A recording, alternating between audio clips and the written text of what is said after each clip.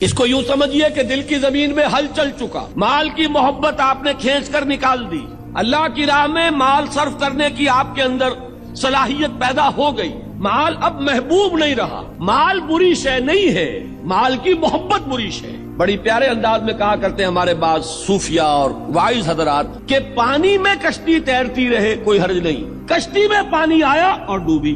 آپ اگر مال میں کھیل رہے ہو کوئی پرواہ نہیں، دل میں مال کی محبت آئی اور آپ ڈوب گئے۔ یہ ہے در حقیقت کہ جو کہ چیز کے اصل میں مضر ہے۔ اس دل کے اندر سے مال کی محبت نکالو، اور اس کا ذریعہ کیا ہے؟ اللہ کی راہ میں لگاؤ، اور خرچ کرو اور خرچ کرو۔ یسألونک ماذا ينفقون قل العفو، جو بھی ضرورت سے زائد ہے دے ڈالو، یہ ہے وہ آخری معیار مطلوب۔ اچھا، اب اگر یہ کر جاؤ گے، اب ایمان کی بہار آئے گی، اور وہ کیا ہے؟ اس کے لیے تعبیر والذین آمنوا باللہ ورسلہ اولئک هم الصدیقون والشہداء عند ربہم۔